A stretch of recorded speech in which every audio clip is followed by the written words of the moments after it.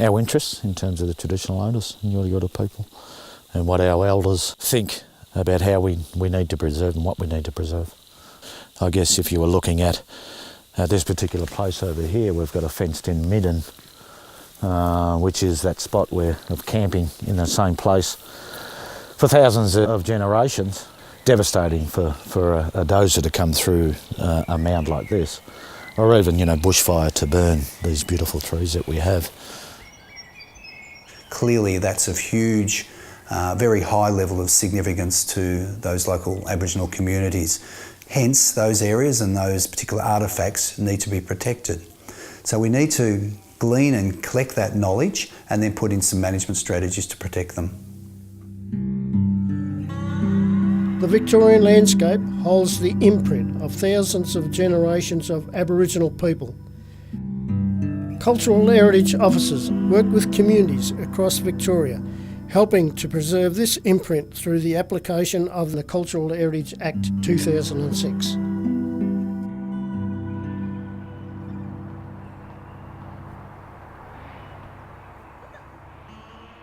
Marlon Parsons is a Cultural Heritage Officer with the responsibility for the Loddon Mallee region. But these are the different site types found within CFA District 20. We've got one rock arch site recorded within the district, and that's the only one in our region. Mostly around the waterways and mostly in public land, that's where most of the surveys have been done for archaeological surveys. So it gives you an idea, like there might be stuff on the neighbouring property, which might give you an idea of the scar trees or sort of dominant site types in that area. We come in boots and all and not necessarily conscious of other things going on, and so to understand, ultimately at the moment we're trying to go from fire management to consequence management, so it's not just about putting the fire out, there's a consequence about putting the fire out. And these sites are registered. In my region we have approximately 9,000 registered Aboriginal places.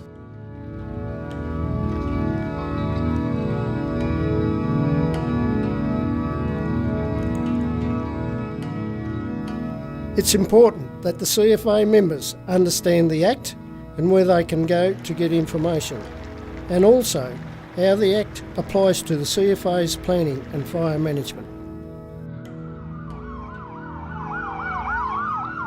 That only in times of a declared state emergency does the Emergency Management Act supersede the Cultural Heritage Act.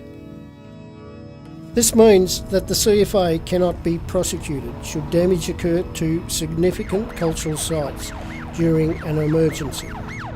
However, after the emergency is finished, the exemption is finished.